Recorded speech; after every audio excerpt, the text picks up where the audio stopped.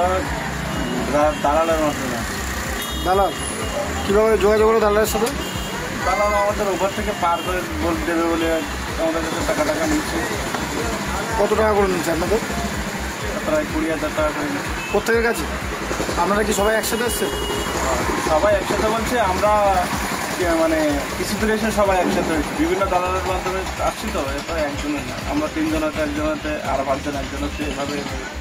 কোথায় বাড়ি? কোথায়? বাংলাদেশে আপনার বাড়ির সামনে। আচ্ছা, কী করতে এসছেন এদেশে? কী করবো, একটু কাজবাজ করতে আসছিলাম। ভালো না, আমাদের সমস্যার কারণে কাজবাজ না আসছিলাম। কাজবাজ খোঁজার জন্য অবৈধভাবে এসছেন টাকা দিয়ে? হ্যাঁ, আমরা দেবো, কোনো সমস্যা নেই, কাজ কামতাম। যে দালালের মারফত এসছেন ওর বাড়ি কোথায় কিছু জানেন? নাম জানি, কিন্তু ওই তো নাম্বার টাম্বার তো আমাদের কাছে না। ফোন করে নাম কি? রফিকুল আমাদের মধ্যে হচ্ছে। বাড়ি কোথায় এই দেশে? কোথায় বাড়ি? কোথায়? বাংলাদেশে। আচ্ছা, কোথায় এসেছিল? কোথায়? কেন এসেছিলে? কেন? কাজের উদ্দেশ্যে। আচ্ছা, কে নিয়ে এলো তোমাদের? দালালের মাধ্যমে। আচ্ছা, কত টাকা দিতে হয়েছে দালালকে? টাকা পয়সা এখনো দেয়নি।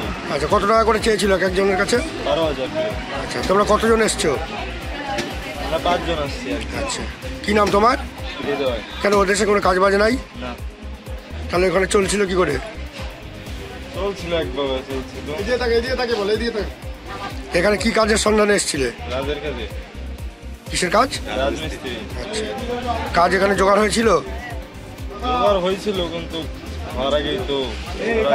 এখানে কোথায় কাজ ঠিক করেছিলে? কোথায় কাজ ঠিক করেছিলে? তামিলে। তামিলনাড়ু। আচ্ছা, তোমরা কিসে করে এসেছিলে? নৌকায় করে। আচ্ছা, কোথা থেকে নৌকায় উঠেছিলে? কোথা থেকে উঠছিলাম ওটা আমার মনে নাই। আর কোথায় এসে নামলে? নামছি সুন্দরবনে এসে।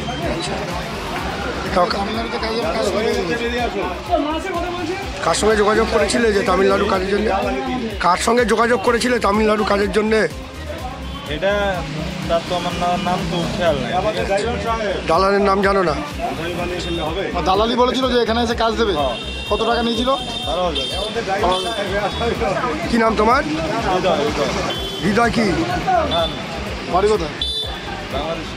বাংলাদেশে কোথায়? কোন গ্রামে? ফরিদপুর জেলা। জঙ্গল দিয়ে? নিজেরা এসছো নাকি কার মারফত এসছো? হ্যাঁ, মারফতে এসেছি। কার মারফত?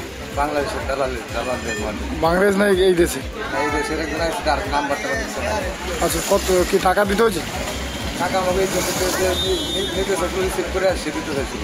আচ্ছা, তো কাজের জন্য কি করতে এসেছিল এই দেশে? রাজমিস্ত্রি কাজের কথা বলছে। কোন জায়গায়? এই তামিল ভাষা কোথায় আসে এখন না, কিন্তু ঠিক আছে, মানে তামিলনাড়ুতে কাজের জন্য? জি। ওটা কার সঙ্গে যোগাযোগ করেছিল? দালালি? দালাল। আর তোমার বাড়ি কোথায়? বাড়ি বাংলাদেশে। আচ্ছা, মোট তোমরা কতজন এসছো? আমরা মোট ধরা হয়েছিল 22 জন। কি এক নৌকাতে ছিল? আচ্ছা, কারা ধরলো? কারা? পুলিশ? আচ্ছা, তোমার নাম কি? 88। বাড়ি কোথায়? বাংলাদেশ। বাংলাদেশের কোথায়? ফরিদপুর জেলা। ফরিদপুরে। কবে বেরিয়েছিল ওখান থেকে? ওই নৌকা করেই আসছিলে?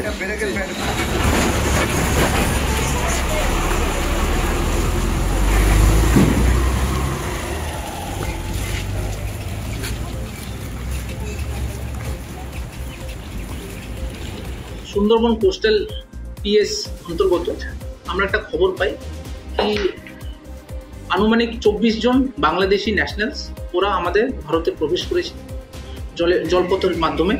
আমরা খবর পাওয়ার সঙ্গে সঙ্গে আমরা ওখানে যাই, এদেরকে আমরা আটক করি, এদেরকে জিজ্ঞেস করা হয়। এরা কোনো ভ্যালিড ডকুমেন্টস, ভারতীয় যে কোনো নাগরিক হওয়ার কোনো ডকুমেন্টস এনারা দিতে পারেননি।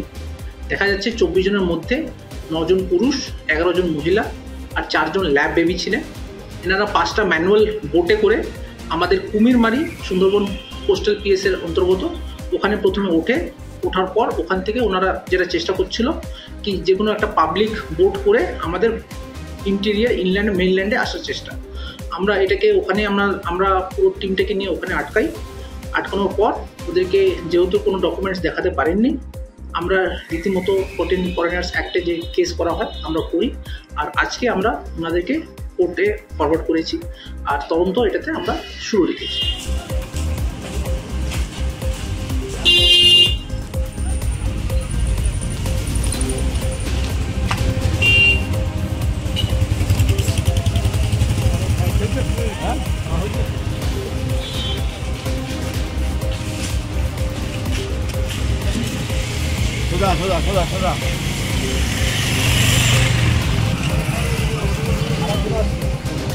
লাইন ধরো না, ছবিটা ভালো হচ্ছে, লাইন ধরো।